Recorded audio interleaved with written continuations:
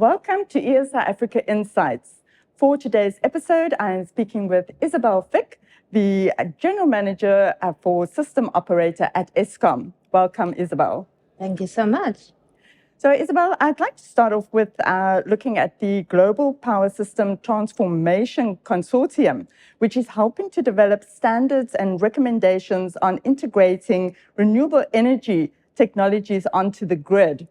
So let's start off with why this standardization is important. Well, we learn as we go. Bringing renewables onto the grid has been an interesting journey, and some mistakes have been made. So as we go along, we learn, and standardization will just minimize the impact that we could face. So, yeah, very good to do that. Right. Do you think that standardization across, worldwide is the correct way to go?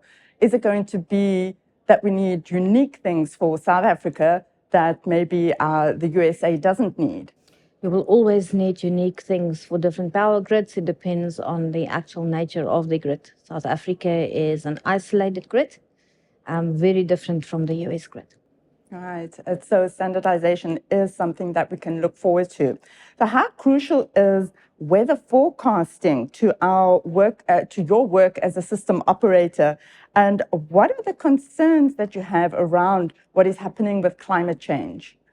Well, weather forecasting is absolutely critical. I've got some of the best forecasters in my staff because as the weather changes, so does the energy consumption. So for me, and the biggest concern I really have is an overcast day, because an overcast day means we go back to full reliance on the grid itself, with predominant PV currently in the country. So yes, it can make up to a 5,000 megawatt change. Right, right. And I think that in terms of weather forecasting, this is something that is happening globally. So do you share your information across the world? From a weather forecasting perspective, that wouldn't make a lot of sense because weather is local. But surely in terms of what's to be expected and how to react to that, then it comes in with different technologies and how do we get fast reacting technologies or developing the technologies that are already there so that we can have more grid forming, for instance.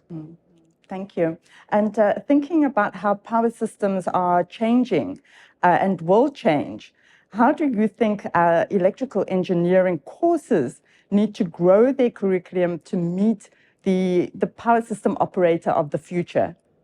Well, it actually links to your previous question. What needs to happen is a lot of research and a lot of education into the specific characteristics of the new technologies that we are getting so that we can model them correctly.